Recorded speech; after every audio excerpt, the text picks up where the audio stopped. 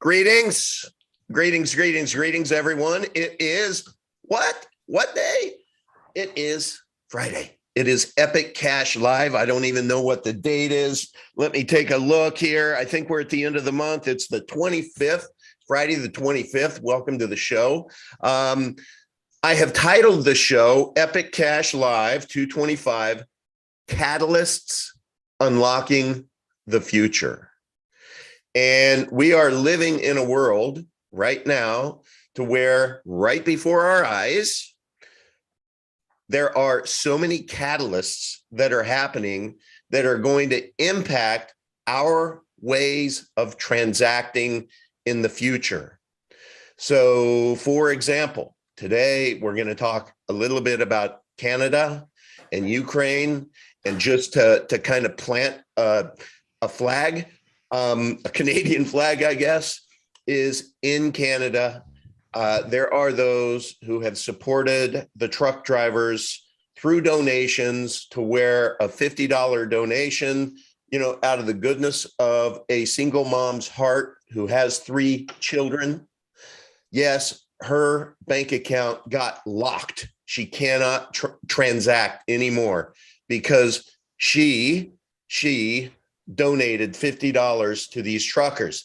That becomes a catalyst. That is a wake-up call.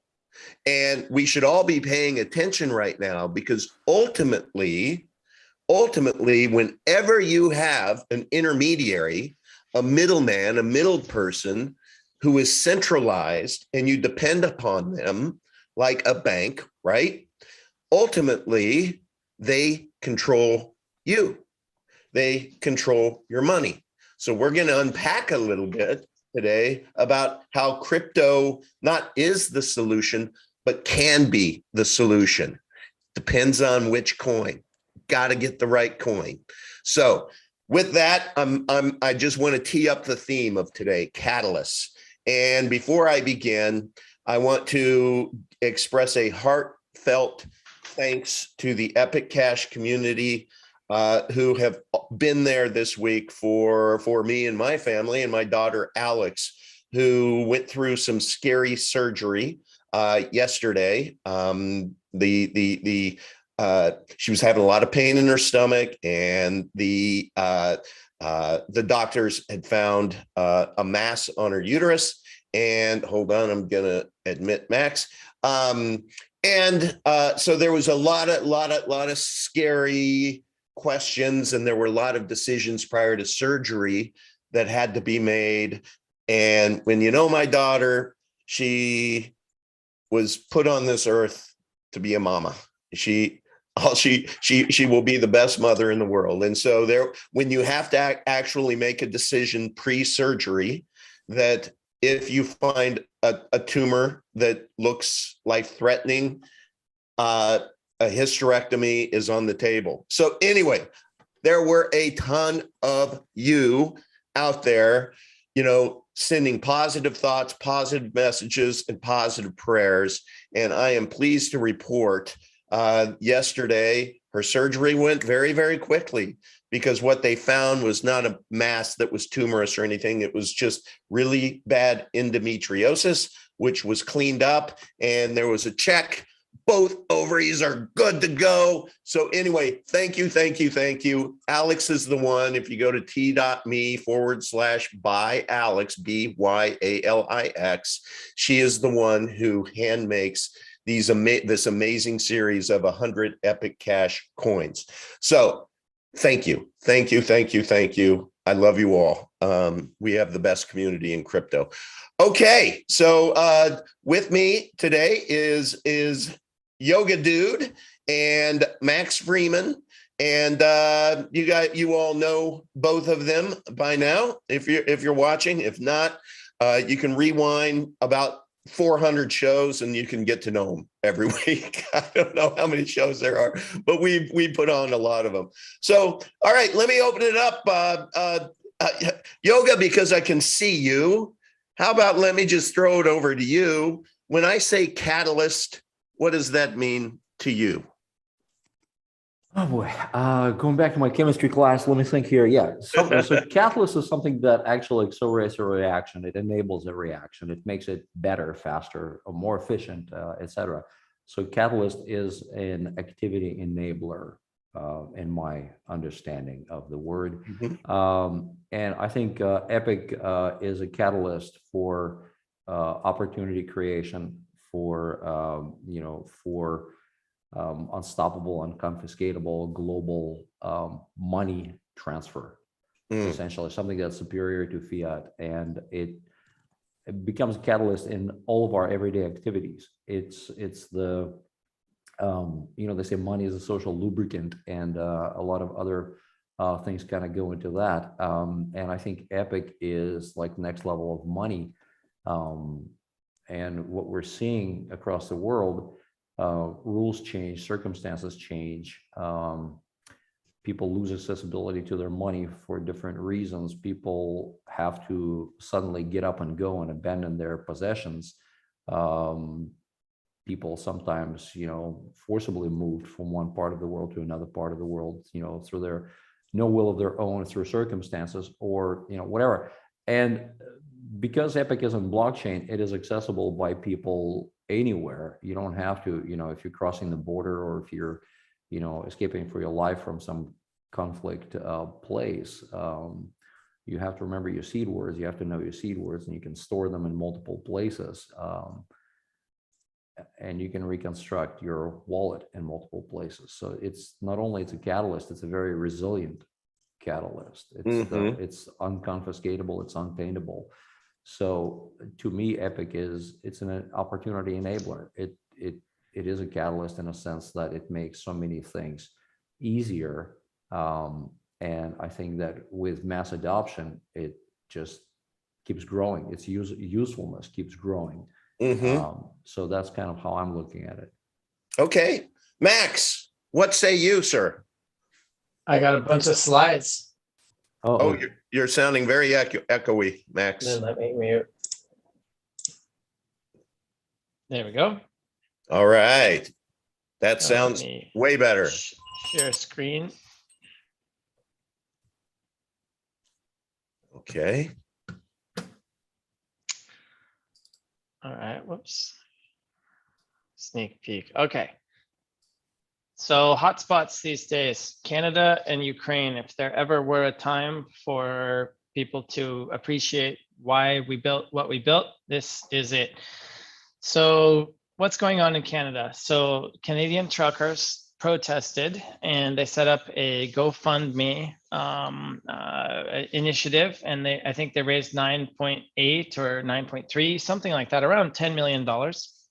And GoFundMe basically stole the money and said, we're not going to give it to you. We're going to give it to these other worthy causes that we think your money should go to, and tough nookies for you. Now it gets worse because the people who donated to that are having their accounts frozen. And you mentioned that their bank accounts are frozen and they can't transact anymore. Well, it's worse than that, because when they do that, they steal all your money. So it's worse than that. And then when you go to open up an account with another institution, you're a high risk client. Sorry, ma'am, we don't want your business. This person had his truck seized as part of that. So then you go, okay, great. Let's use crypto for this. I'm going to fire up my Bitcoin Core Ledger wallet and send some over. So 2,324 transactions. Let's say that's one per person. So 2,000 people have sent coins to this address. Oh, I'm sorry. Bad. If now your funds have associated with, let's call them terrorists, because that's what they're being charged under. These Canadian truckers are, in the eyes of their law, terrorists. And so now your money has mingled with the money of terrorists. And so any wallet that connects with any other wallet, that touches any account connected to any account connected to anything connected to you, your business or personal, is now at risk. So you thought you were sending $50 to a Canadian trucker, and guess what? Johnny's not going to college, and Johnny can't even eat next week. What are you going to do now? So unprotected CEX, in this case, CEX, centralized exchange, and obsolete crypto is dangerous for your life. It's not just about money. This is getting very, very serious. Yeah. So the Canadian mounted police said all these addresses donated to terrorists, and we're going to go track you down and this and that. And then you say, wait, how is Monero on there? I thought Monero couldn't be traced in that way. Oh, well, it can't, but yes, it can in these other cases. You really want to be sure? So if you use any of these obsolete pre-Mimblewimble networks, you're really taking a risk with your financial well-being, your freedom, your livelihood. This is serious stuff. So, and there's also a level of denial and delusion out there in the hoi polloi, the Twitterati. SegWit adoption on point, lads. Well, okay, great. There's nothing preventing anyone from using any Lightning transaction data to go and reach into Lightning channels and freeze those. Could have been 5,000 addresses on this list, yes. And those coins moving in and out, when somebody bothers to update that screen on the tracing software, the next time it will be 5,000 people instead. And so this is this Satoshi Sale, I don't know who that is saying, great, another reason to go buy the dip, spend $35,000 on a VHS tape. No, I'm sorry, you just proved our point. Unplug it. Jeez. So there's no place to hide. If you're in Ukraine and now you're getting bombed, the government of Ukraine, the central bank, whoever has decided to suspend electronic cash transfers. No problem. Let me go to the ATM and withdraw some cash. Oh, wait, they're all out of service. And you know where they're also out of service? In Canada. So no fiat for you, no observable surveillance ledger crypto for you. What are we down to? Precious metals? Does anybody have any? Can I barter some bandages for your beans over there, soldier? I mean, that's where we are with this stuff. and Unfortunately, we're not even talking about theory. I mean, we're talking about fact. This is happening. Yeah. And that should scare the crap out of everybody. And I know my wife is Russian. She has family both sides, and I know Yoga Dude, you are the same. You're in the same boat. And so when people flee because they're getting bombed, they're usually not able to go, say, hey, timeout bombing. I need to go to my home, and I need to be able to I have a safe that has about 40 pounds of gold in there. Let me stuff my pockets with it and go. No, usually what happens is fight or flight, kicks in, and you run for your life. And then many times you leave behind family and you become a refugee, really. And what happens is when people cross borders and they still have family back home, ultimately, to be able to support their families, they have to engage in remittance strategies, meaning if they can, let's say, go find a job somewhere, earn some money to be able to send it back or wire it back. There is an entire ginormous industry of remittance, middlemen who are going to take their huge cut for you to be able to send money back to your family. And so when your family has zero access to money, cryptocurrency, that's why I titled this, that this is going, that we're talking about catalysts that are going to change our future. People are should please wake up to the fact that when you have crypto that cannot be stopped, that cannot be surveilled, that cannot be, that has no intermediary, now you have the opportunity, if both of you have wallets, to be able to send money back home. Max, what do you think? Can I just chime in a tiny bit, Max, if you allow me? Please. One thing I just want to mention, because a lot of people are sitting, like in the US, or a lot of people were sitting in Canada a while back, thinking, well, hey, but we have due process, we have legislative clarity, so things are delineated as this is legal, this is illegal. And earlier on, Mike Momola brought up an interesting point about what's happened in Canada. The law was changed ex post facto. It was changed after the fact. So what people were doing, when that person sent the money, or when that person sent the crypto to support their point of view, at that time it was legal. Right. But the law changed under the Emergency Act or whatever. I'm not a lawyer. So there's complete violation of due process, and there are precedents for that. I mean, we're seeing it. So just because you think that there's a law, and just because you think there's like no ambiguity, doesn't mean that that's not, that tomorrow is going to be the same way, or the day after tomorrow, and that you're liable for that. There could be emergency acts. It could be, as people waking up to in different parts of the world. We live in a very dynamic world, to put it politely. So again, in case of Epic, there are no addresses. There are no. It is private. It's as private as it's that good enough privacy kind of thing. That and it's not an invitation to break the law.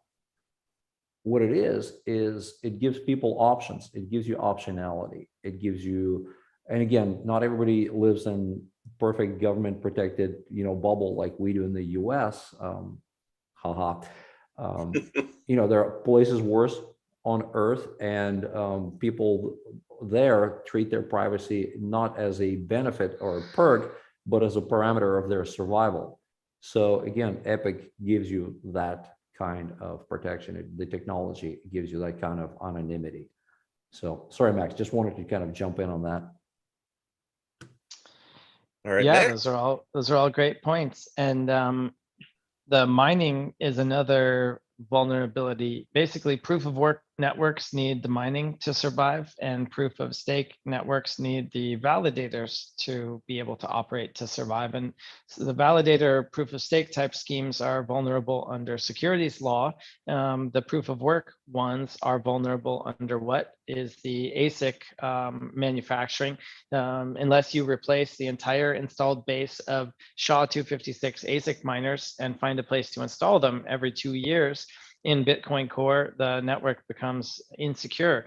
And so aside from the e-waste stream of hundreds of millions of pounds of toxic scrap per year that's polluting environments the world over, they're also that the ability of the world to secure the hash rate or secure the network by providing hash rate is bottlenecked by the need to locate these giant industrial scale facilities with tons of vacuum cleaner type of ASIC miners. You have to walk around with ear protection and airflow management and all this type of stuff. The state of the art is to dip these things in mineral oil liquid cooling to save 2% on heat exchange efficiencies and over 5 years and whatnot.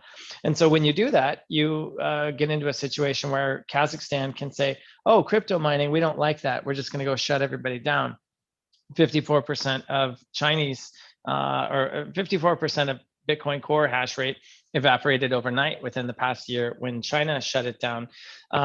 So that's another way for people to earn Epic that increasingly these other networks will not, you'll not be able to, because Spencer in the UK has had a crypto account and a bank account connected to it for years to do his buying, and he wanted to buy the dip on this most recent pullback. And what do you know? The bank rejected his wire transfer, said, for your protection, we don't allow our clients to send wires to cryptocurrency exchanges.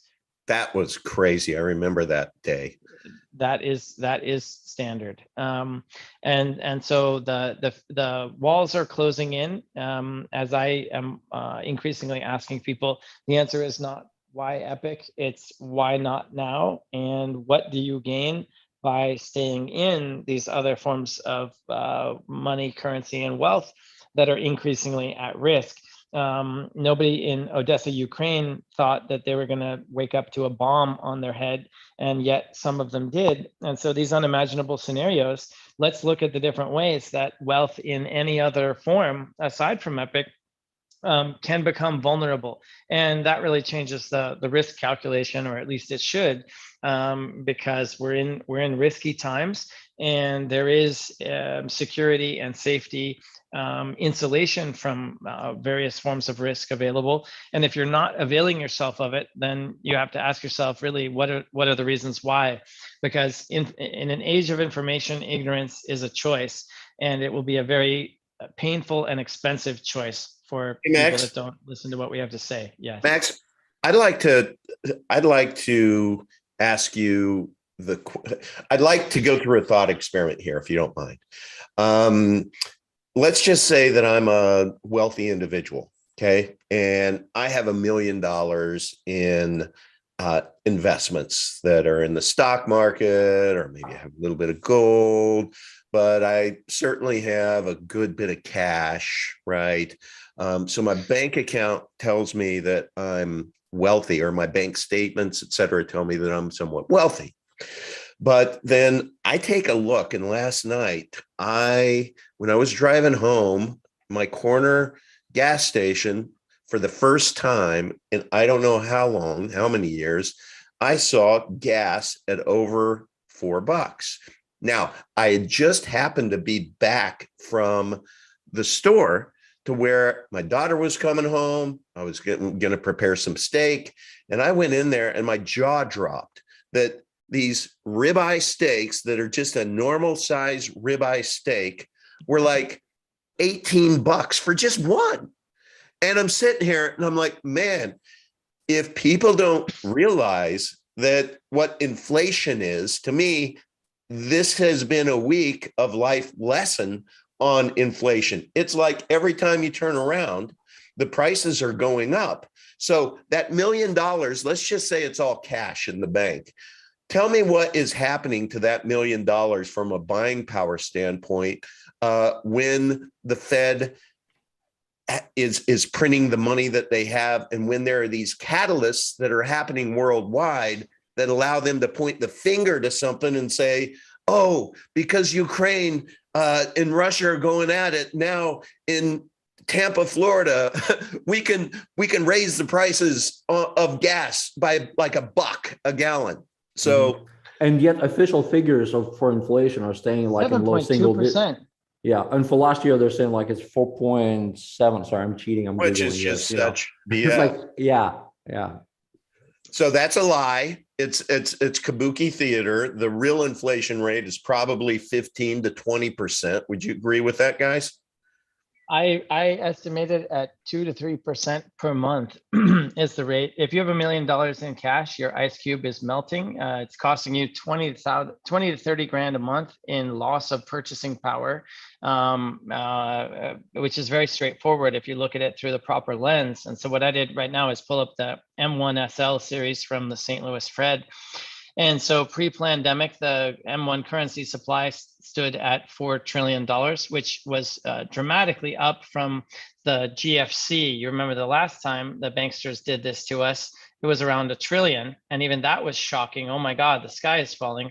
Well, the can was kicked down the road. Okay, a further dilution. This is a 60% confiscation of your purchasing power between 2008 and 2019. Okay, stop that and give that and do the math. Help people with real terms. Like if somebody had $10,000 back at the beginning, when you talk about six.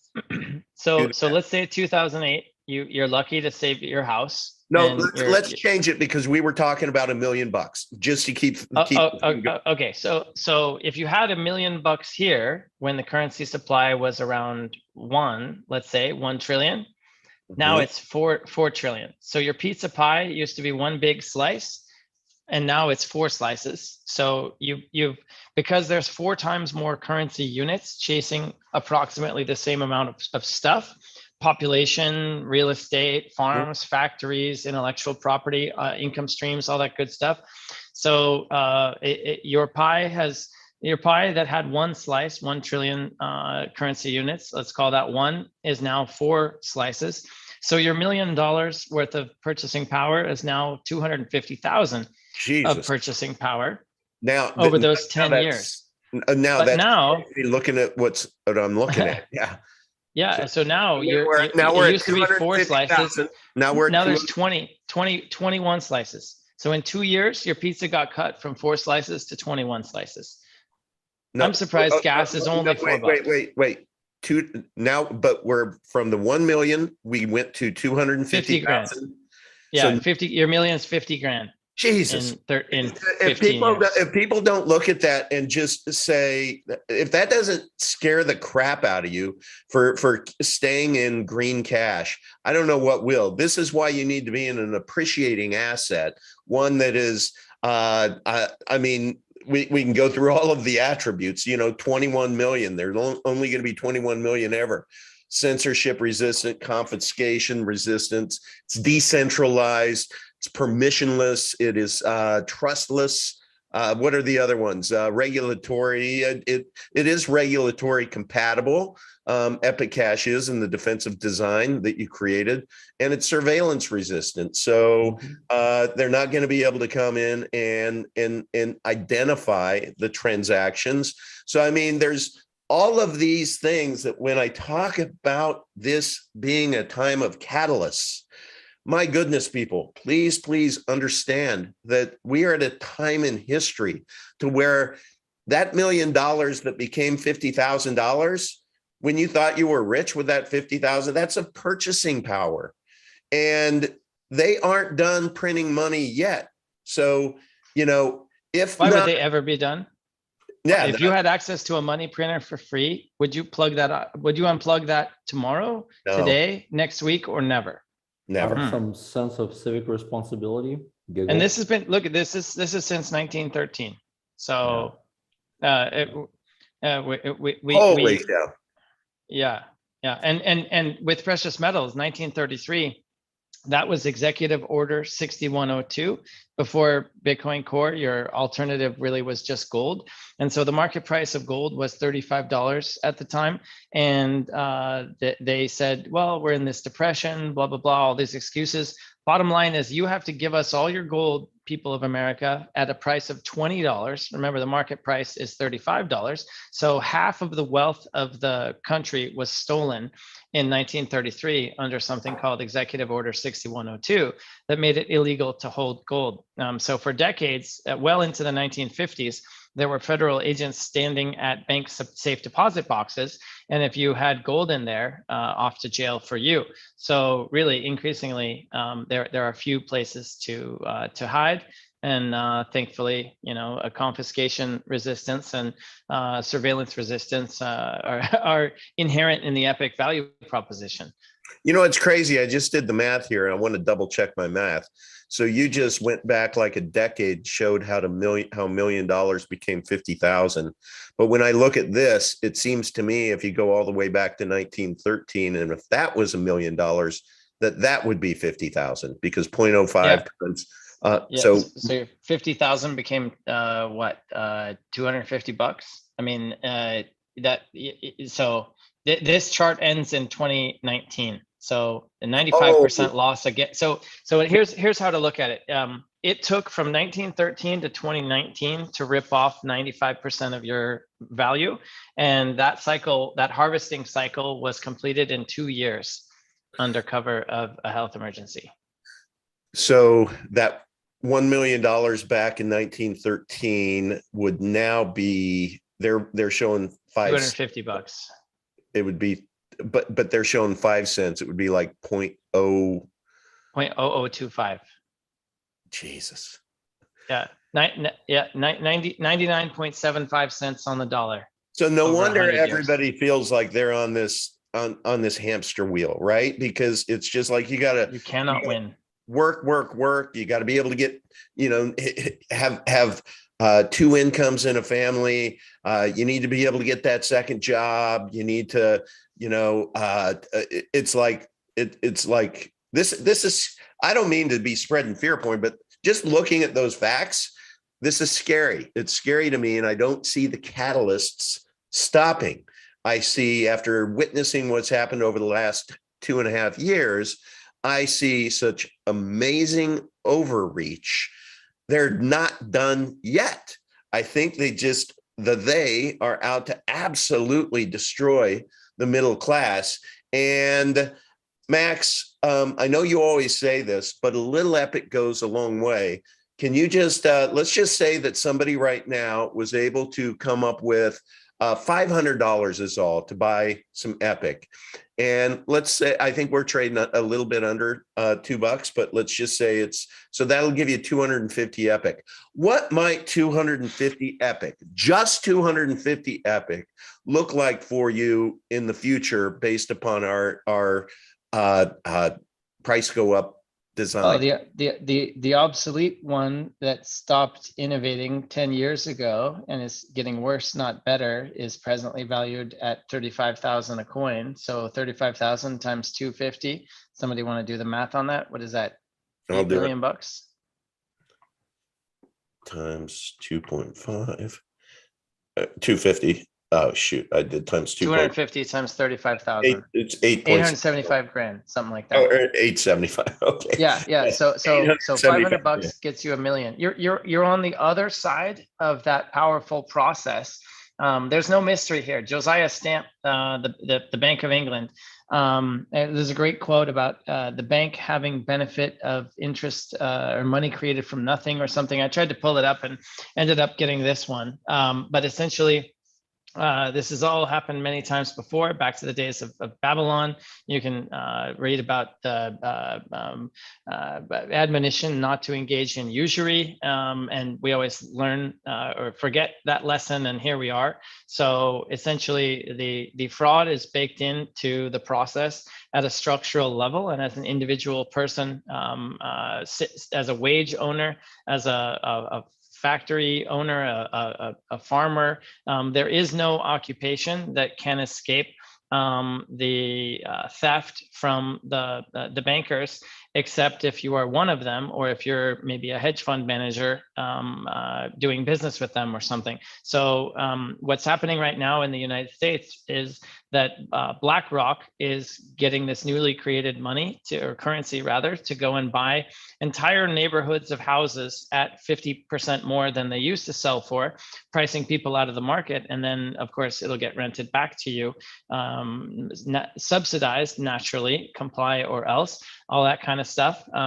We are being expropriated right before our very eyes. And so what is the price of Epic going to be in 3 years? I have no idea. But if you want an indication, let's go back to that hockey stick of the Fred M1SL chart. Let me see if I can pull it up. So if you want to know the price of Epic, tell me how many of these they're going to be.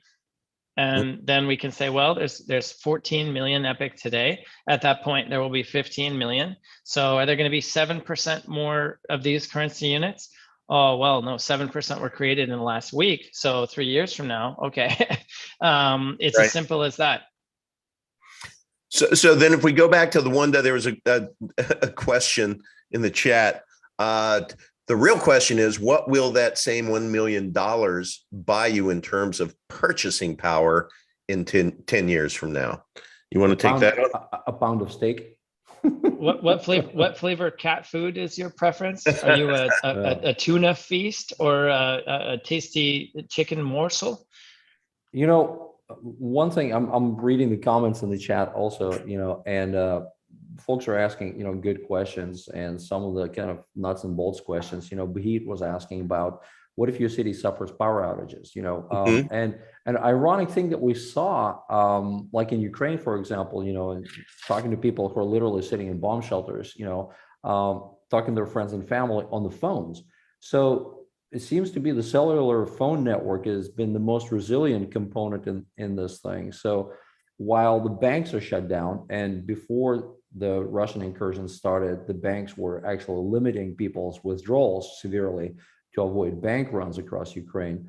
But during the incursion, the banks, shut off, and online banks also shut off. People are still able to access the internet, therefore they're still able to access, for example, their Byte wallet and their other crypto wallets, and be able to conduct business with crypto. So to me, I think it's very dangerous and very unnecessary to be paralyzed by fear. there's a lot of stuff going on in the world. Well, there's always a lot of stuff going on in the world, and not all of it is great. A lot of horrible stuff going on in the world. It doesn't mean that we have to just kind of, stick our head in the sand or give up or die or whatever. We can still thrive. We have to educate yourself. We have to stay on top of, trends. We have to stay, on top of technology. We have to stay on top of the, dynamically evolving situation. But knowledge is power. I mean, as trite as it sounds, knowledge is the thing that, that saves people, and understanding what other options you have besides fiat. And to me, the powerful component, if you're asking, well, where do you see Epic 3 years from now? I have a counter question to anybody who's asking me this. What are you willing to do? Where do you want to see Epic 3 years from now, or 2 years from now, or next week? And what are you willing to do to make that happen?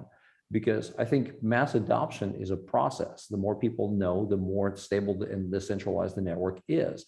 Right now we're pretty impressive, despite how small we are in terms of our global distribution. We're in over 100 countries. We're in like 6,000 plus regions across the world. But imagine the next step and the next step and the next step, people growing the network. Everybody is a catalyst in this equation. Everybody excellent becomes point. A catalyst, and people say, well, we're becoming the third world. We're not really becoming a third world, because the third world is becoming the fourth world, and so on. So the scales are, the bar is being moved. And at the same time, there are paths to wealth, there are paths to independence. And the big thing, as it turns out to be, is whether or not your wealth, your private property, can be confiscated, whether or not they could be manipulated, whether or not they could be tainted, whether or not, and so on and so on and so on. And with privacy-based cryptos, it's just not the case. I do agree. Somebody mentioned, hey, that's why we need silver, cash and Epic all together. I do believe that it's not that everything is a hedge, that, don't go all into one thing, but diversify. I think, for example, for Bitcoin holders, Max is a very solid way of looking at Bitcoin. And I think that for Bitcoin people, and I'm using the same pitch that Michael Saylor was using and Jason Williams was using, to get people with gold and other investments to diversify into Bitcoin. I think it's, somebody's yawning. It wasn't me. You guys are killing me. That was beautiful. I want that sound sample to be replayed again and again later. But, it's just that, look, diversify, okay? If you're in Bitcoin, put some into Epic. If you're, and besides silver, if we want to talk about total diversification, you want to have some ammo on hand. I'm just saying. So again, the world changes, and we just have to change with it. We shouldn't be paralyzed by fear. Yeah. It's not, the game is not over. We just have to get smarter, and we have to understand the rules of the game. That's it. Okay. I want to talk. So the theme of this is catalysts, unlocking the future. And that doesn't mean everything negative, to your point, Yoga. There are catalysts that are happening. Let me tell you about a catalyst that is going to be upcoming this next month. Bitmart listing of Epic Cash is going to be a catalyst. Max, I want to ask you a question for the second time, because I asked it last week. And I asked you about price action, like, when do you think, because it's like somebody did the analysis, I think it was Enrique, to where he took the number of days after an all-time high, and when, no matter what, there's been a retrace, it's like there comes a point in time, and it's not as many days as you might think, to where it blows right past the all-time high to a new one. And so I asked you, what were your thoughts about when that might happen? And I know you hate the question when moon, but I just want to wrap my mind around it. And you are the one who actually planted the seed in my mind about this show. And you talked about catalysts. So when you go back and you told me, you said, look, the 6 or 7 times to where you saw that kind of action, it was always due to a catalyst. So moving forward, what are some catalysts in your mind that are going to positively impact Epic Cash? So right now, you can think of it as we have a tiny little pipe connecting us to the rest of the financial world. It says 23 coins, 50 pairs, but really only BTC has any volume. And so on an average day, there's $185,000 worth of value going through the entire VTEX platform. And Bitmart does 8,600 times more. So can you get more electricity through 110 volt, 240 volt, or a 480 volt? It's not double. It's more than that, I think. So we've got an 8,600 times fatter pipe in terms of money capacity. The overall number of people that have ever created a wallet on VTEX, now that's wallets, not users, and many people have multiple. The last time I checked was 80,000. Bitmart has 8 million. That's users, not wallets. So we're talking orders and orders and orders of magnitude. And remember, there's only 21 million Epic. So that should be quite looks combustible. like a catalyst. Yeah, that looks like that would qualify as a catalyst. And by the way, it could have been a catalyst for the positive the end of December, but there was another catalyst, wasn't there? There was a catalyst to where they had their own issues. Now, that wasn't due to us. It was due to a breach of some sort on their side. And, you know, fast forward, I kind of am glad that we didn't, that we weren't there pre.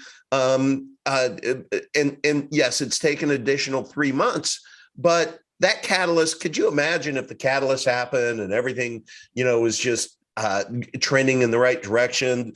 It would not have surprised me if there wasn't, you know, the disgruntled, you know who, that helped the retrace, the giant retrace. But could you imagine? We very well could be, if the Bitmart thing happened on time, we could very well be talking about Epic Cash, $25, $30. I don't know, but catalyst is the theme, and I want everybody, you know, the announcement of Mars Callahan choosing Epic Cash and creating the television series Trillions. That's a catalyst. That's a catalyst that will be a slow boil because it takes a long time to actually produce the shows. But there's going to be a point in time where Epic Cash is, you know, a world-renowned household name. What an amazing catalyst. Sorry, I interrupted you, Max. It's okay. Just remember, the obsolete one has 18 million on the network, but actually floating around in the world on people's account statements because of fractional reserve properties. There's got to be at least 50 million BTC out there, maybe quite a bit more. But let's be conservative and say that there's well in excess of 18 million of these in existence, and each one is $35,000. 4 transactions a second. Right now it's $2 to send, but in April that was $62. Imagine your Uber ride to the cafe around the corner to get to work is $2 most of the time, but sometimes it goes to 62. Well, that's a serious problem for your business model of going to the cafe to work, and maybe you have two months of wages consumed by that surge pricing fee. So that one. The horse and buggy, nostalgic Antiquitech is 35,000. Well, there's only 14 million Epic, 13.5 million, something like that. And there is no fractional reserve. So if there's 50 million of those and they're 35 grand, how much could an Epic be worth with a supply of only 14 million? And we can do all kinds of things that network can't do and will never be able to do. So I think that's more of a starting point rather than an ending point. As you know, and everybody well knows, I never like to engage on the price speculation topics, but ultimately in the short term, markets are voting machines. Right now it's yay lads, SegWit adoption is on point. In the fullness of time, it's not a voting machine, it's a weighing machine. And the emperor has no clothes and there's no there. Price is, what is it? Value equals utility divided by price, something like that. So you take away the utility part of the equation and all you have is the price part. Yay, my horse supplies are really expensive. They're going to be more expensive in the future. You should buy some. Oh, okay. Well, we have cars now. So anyway, E3 is really coming along. If anybody can help test on Windows, we can always use more hands. This is the latest as of this morning. And so whether Bitmart comes first or E3 comes first, I don't know, but both are proceeding independently. And meanwhile, there's a lot we can do with what we have. If we think in terms of cans rather than can'ts, Yep. and possibles rather than impossibles, then you get stuff like what's happening in Turkey from a talented young man named Batuhan that I'd like to give a shout out to. He took it upon himself to create some football jerseys, recognizing the opportunity for promotion there. And he's got 20 new wallets coming, and a lot of those people are in there mining, and they're figuring out how to sell using VTEX to cover their fiat Turkish lira needs. And there's all kinds of great things happening. Why? Because he's looking in terms of what he can do rather than what's not yet possible that we're waiting for someone else to do. And there's also things like Sierra Leone, where Abdul Kanu, $300 donated in Epic was the difference between saving that kid's life and him not really having a future. And so what more of that is coming, I don't know, but there's nothing standing in the way, because if we can do one of these in Turkey and Sierra Leone and other places, then we can do that others. There's also lots of small businesses that are getting started up. Shout out to Epic Mine with their beautiful mining service that if you haven't checked out, I encourage you to try. They put a lot of investment into some really user-friendly tools. And there's a lot more coming. So as we grow, we need to be usable for everyone, not just people with advanced technical skills that like to stare at a command line interface all day. So ice mining, shout out there. There's 10,851 workers mining on that pool currently. But that's not all. Unlike many networks of our size, we've got a lot of decentralization, because there's 4 pools out, all competing and all getting their share of the market. So 4 pools, of course, is not enough for our aspirations, but thankfully we won't have only 4, because there's not enough, or there's no barrier to entry. Anyone can go to github.com/epiccash and fire up a mining pool and go out there and compete. We've worked hard to maintain what's known as a credible basis of neutrality at every level. So there's no advantage to, like, let's say an in-house mining farm or pool that Joe Bob's brother uses, and it has a special advantage over here. No, everything is completely neutral. And over time, that's the best recipe for success. So this is a sneak peek at something that we're working on with Roto, who produced those beautiful videos back here when we did our get together in April. This one says Dash, ours will say Epic, of course. You can see the little QR code and an actual integrated printer.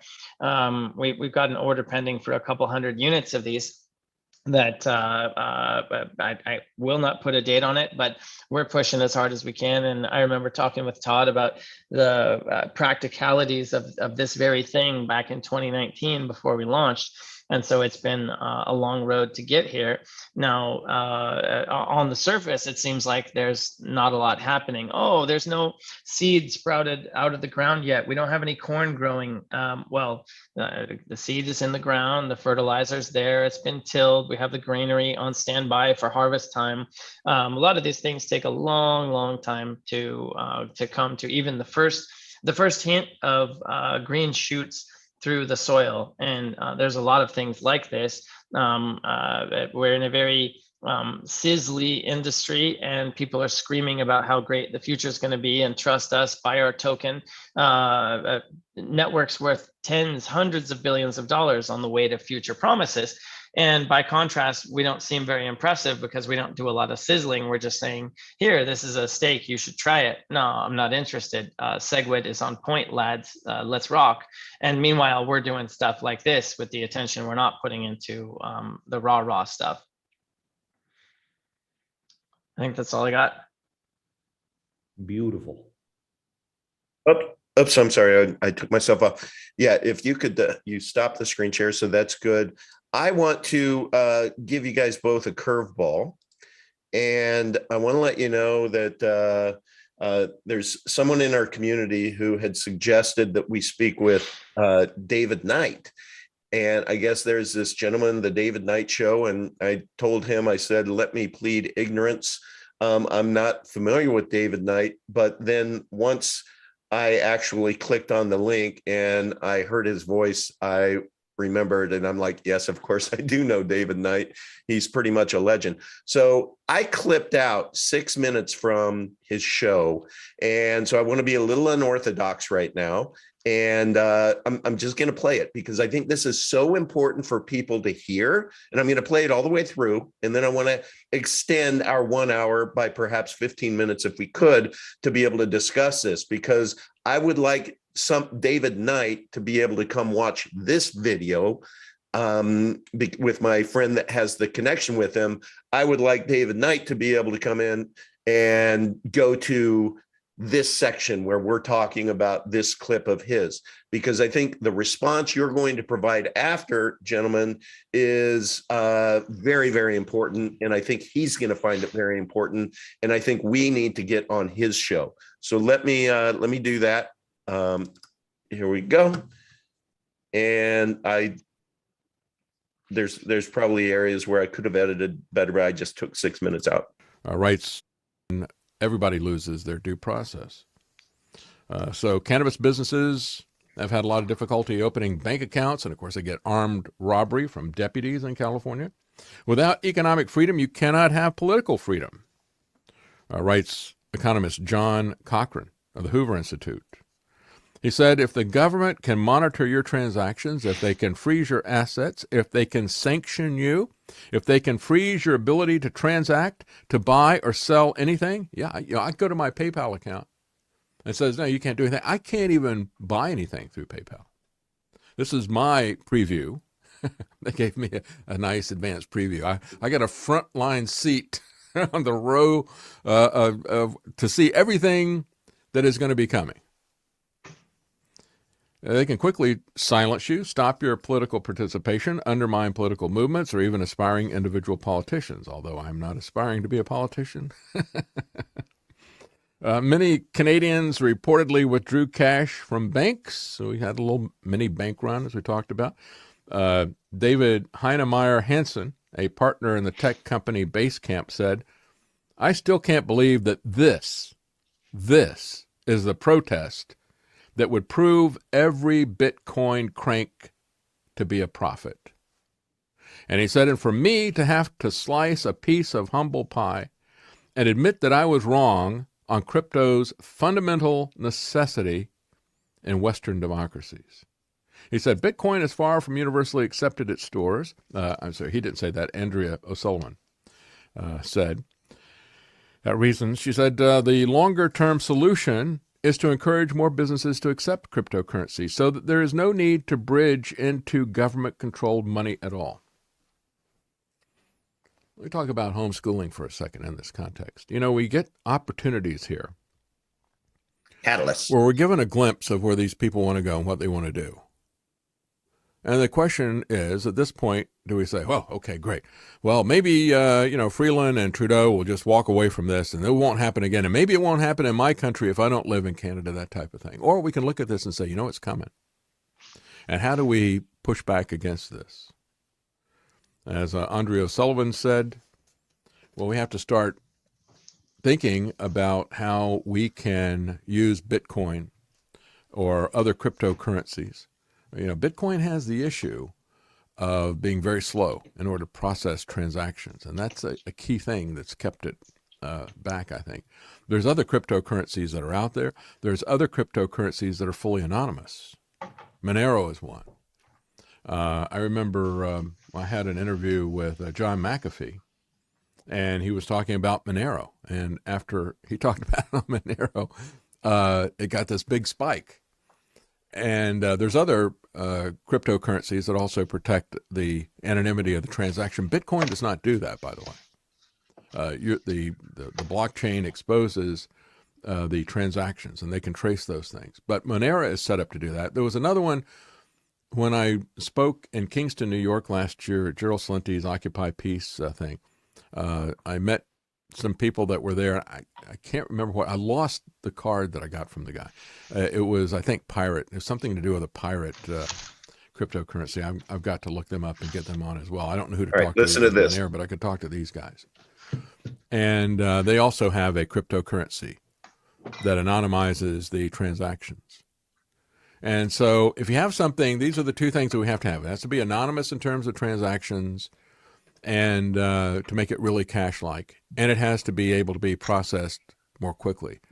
That processing thing is really the key thing, I think. Because when you look at what they're doing with central bank digital currency, they've been working, and they already have an advantage because it is a centralized currency, and they can do things to make it faster, and they do. They make it many, many times faster. I forget. I read the specs for the Bitcoin versus the tests that was it MIT did for them, and it was a couple of orders of magnitude, if I recall, faster than. Can you pause that, Uncle V, real quick? Can you pause it? Yes, right idea, wrong coin. Well, I'd like to speak with him. Maybe he'll circle back around, but most people don't know this. So I read the Project Hamilton white paper, and in order to achieve that throughput level, they admitted that the data is not auditable. So you not only have to trust them, but they can't audit their own numbers. Wow. So that dog doesn't hunt. So anyway, continue. But keep in mind, as you're talking about the scalability, speed advantages that they did, well, your numbers don't add up. Nobody can have any confidence that there isn't just any arbitrary number out there. So it's complete nonsense. Okay, great. All right, let me continue. Thank you. And so they can cut some corners because of some of the things that they're going to do with central control. And so that's going to be the real issue in terms of using it as a currency. But we have an opportunity here to see the problem and to start applying solutions internally. And I would say the same thing I said I was going to talk about homeschooling. In the same way, we've seen the problems of homeschooling a long time ago, or regular institutions of schools a long time ago, and we saw homeschooling was a solution. And I recall when we started doing homeschooling, I remarked to Karen, I said, I see freedom being restricted in all these different areas. Everywhere I look, they're taking freedom away from people. And yet there's this one aspect which I would have dearly loved to have when I was a student. And that is to get rid and get out of the school institutions and be able to pursue my education on my own through homeschooling.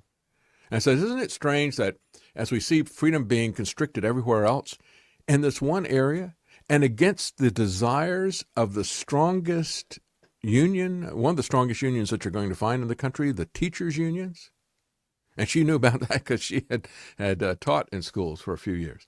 I said, against the power of the teachers' union and against an environment where all the restrictions, all these freedoms are being taken away and restrictions are being put on everything, that all of a sudden we would have this, boom, an opportunity of freedom. Like it's just pulled out of the 18th century or something, right? 1776. And I said, honestly, think God is doing something here.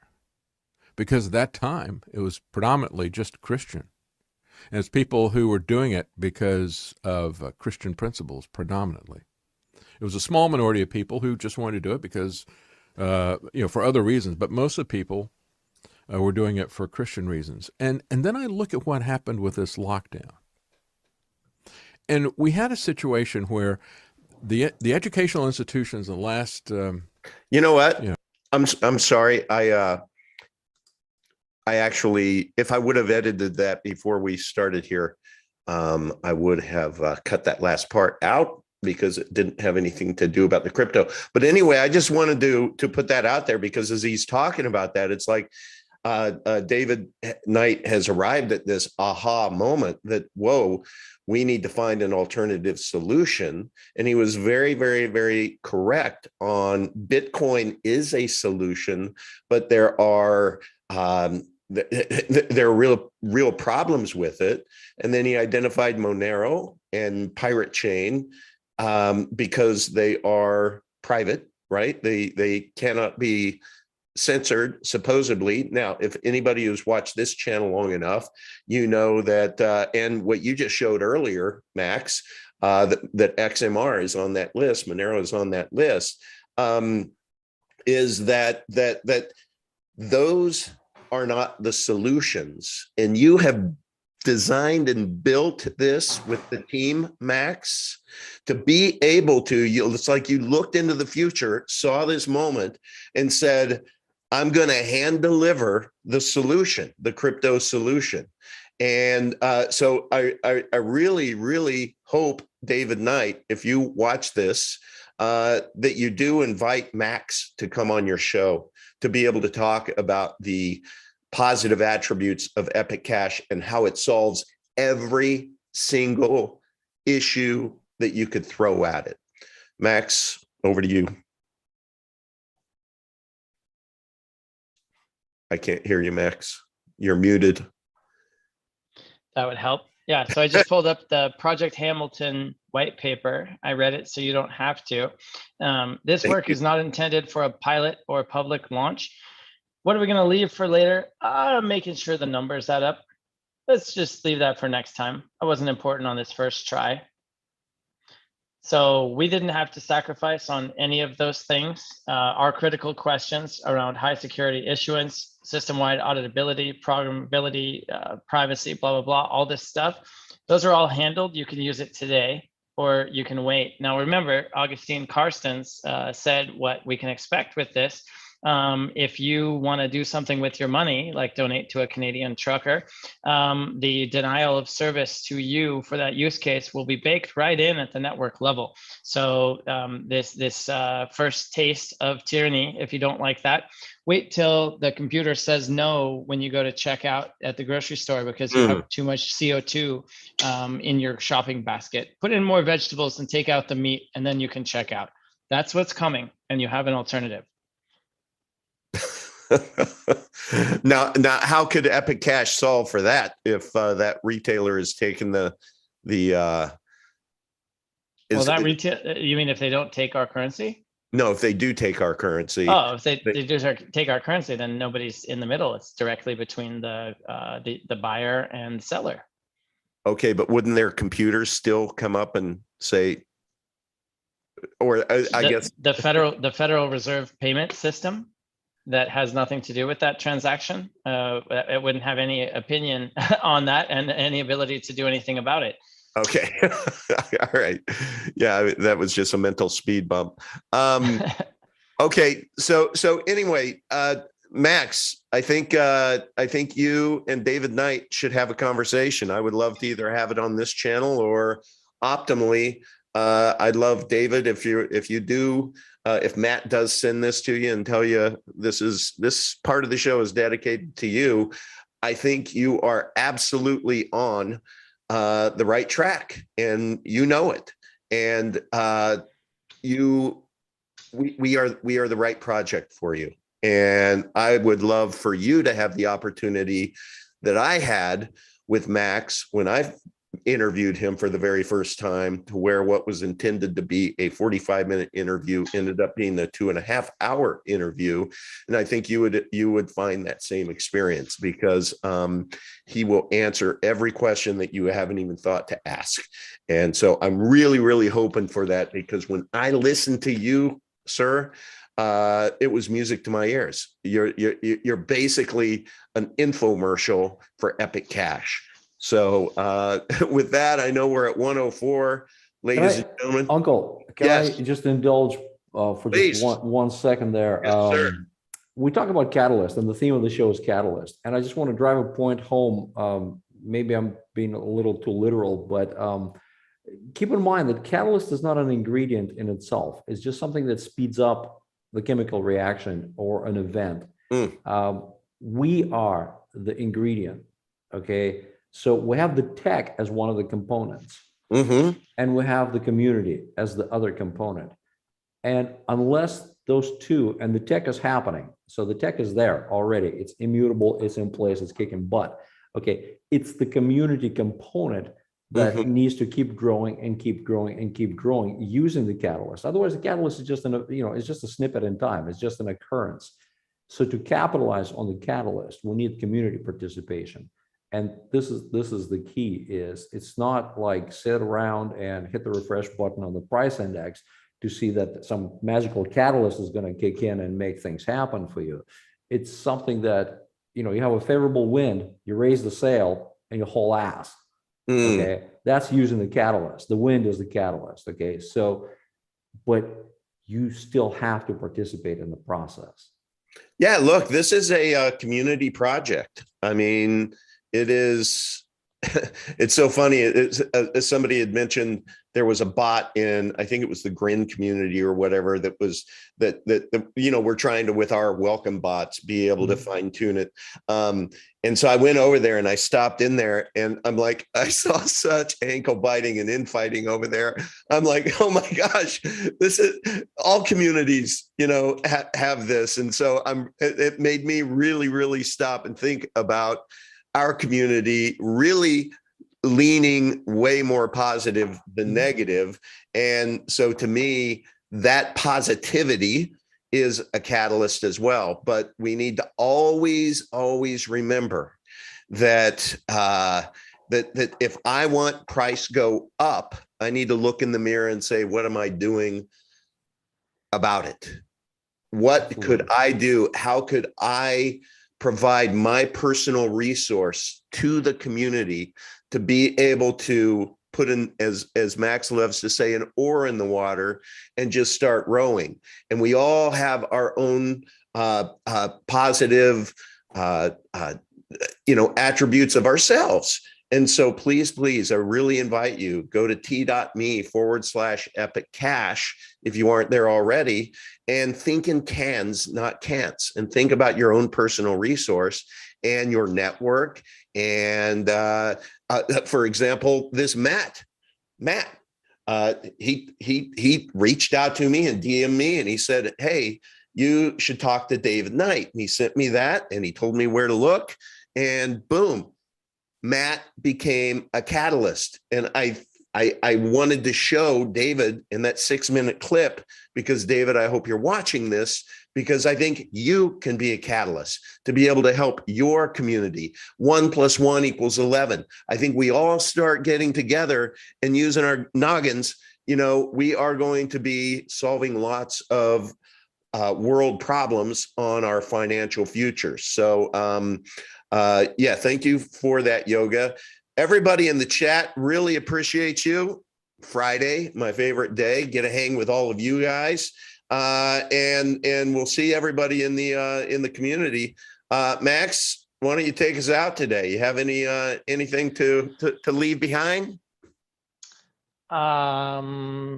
Just that the approach we're taking with E3 is not indicative of how long it will take subsequent releases to get out, because we're investing in the things that will make us able to do more, better, faster, more often in the future.